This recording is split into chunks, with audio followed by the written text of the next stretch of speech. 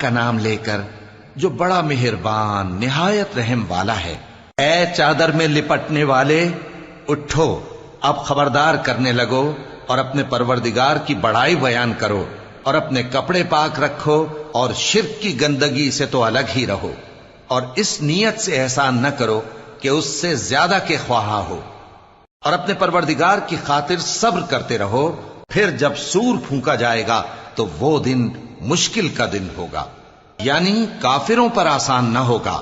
مجھے اس شخص سے سمجھ لینے دو جس کو میں نے اکیلا پیدا کیا، اور میں نے اس کو بہت سا مال دیا اور ہر وقت حاضر رہنے والے بیٹے دیے، اور اس کو ہر طرح کے سامان میں وسعت دی، پھر بھی لالچ رکھتا ہے کہ میں اسے اور زیادہ دوں۔ ایسا ہرگز نہیں ہوگا، یہ ہماری آیتوں کا بڑا مخالف رہا ہے۔ میں اسے ایک بڑی چڑھائی چڑھاؤں گا۔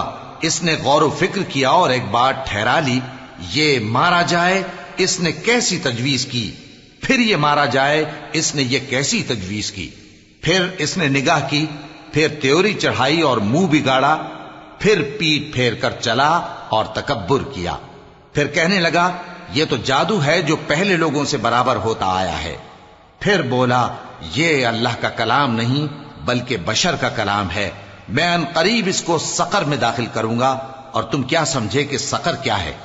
وہ ایسی آگ ہے کہ نہ باقی رکھے گی اور نہ چھوڑے گی، اور بدن کو جھلس کر سیاہ کر دے گی۔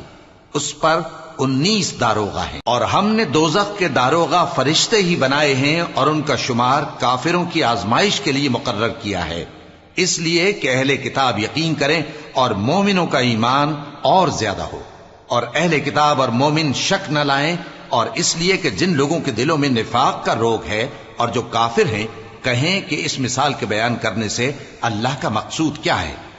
اسی طرح اللہ جس کو چاہتا ہے گمراہ رہنے دیتا ہے اور جس کو چاہتا ہے ہدایت دیتا ہے، اور تمہارے پروردگار کے لشکروں کو اس کے سوا کوئی نہیں جانتا، اور یہ قرآن تو بنی آدم کے لیے نصیحت ہے۔ ہاں ہاں، قسم ہے چاند کی اور رات کی جب رخصت ہونے لگے، اور صبح کی جب روشن ہو جائے، کہ وہ آگ ایک بہت بڑی آفت ہے، انسان کے لیے ڈر کی چیز، یعنی اس شخص کے لیے جو تم میں سے آگے بڑھنا چاہے یا پیچھے رہنا چاہے۔ ہر شخص اپنے کرتوتوں کے باعث گرفتار ہوگا، مگر داہنی طرف والے نیک لوگ جنتوں میں ہوں گے، اور پوچھتے ہوں گے یعنی آگ میں جلنے والے گناہگاروں سے کہ تم دوزخ میں کیوں پڑے؟ وہ جواب دیں گے کہ ہم نمازیوں میں شامل نہ ہوئے، اور نہ ہم فقیروں کو کھانا کھلاتے تھے، اور ہم بحث کرنے والوں کے ساتھ مل کر بحث کرتے تھے، اور روز جزا کو جھٹلاتے تھے، یہاں تک کہ ہمیں موت آ گئی۔ تو سفارش کرنے والوں کی سفارش ان کے حق میں کچھ فائدہ نہ دے گی۔ ان کو کیا ہوا ہے کہ نصیحت سے روگرداں ہو رہے ہیں، گویا گدھے ہیں کہ بدک جاتے ہیں جو شیر سے ڈر کر بھاگ جاتے ہیں۔ اصل یہ ہے کہ ان میں سے ہر شخص یہ چاہتا ہے کہ اس کے پاس کھلی ہوئی کتاب آئے، ایسا ہرگز نہیں ہوگا۔ حقیقت یہ ہے کہ ان کو آخرت کا خوف ہی نہیں۔ کچھ شک نہیں کہ یہ قرآن نصیحت ہے، تو جو چاہے اسے یاد رکھے، اور یاد بھی تبھی رکھیں گے جب اللہ چاہے۔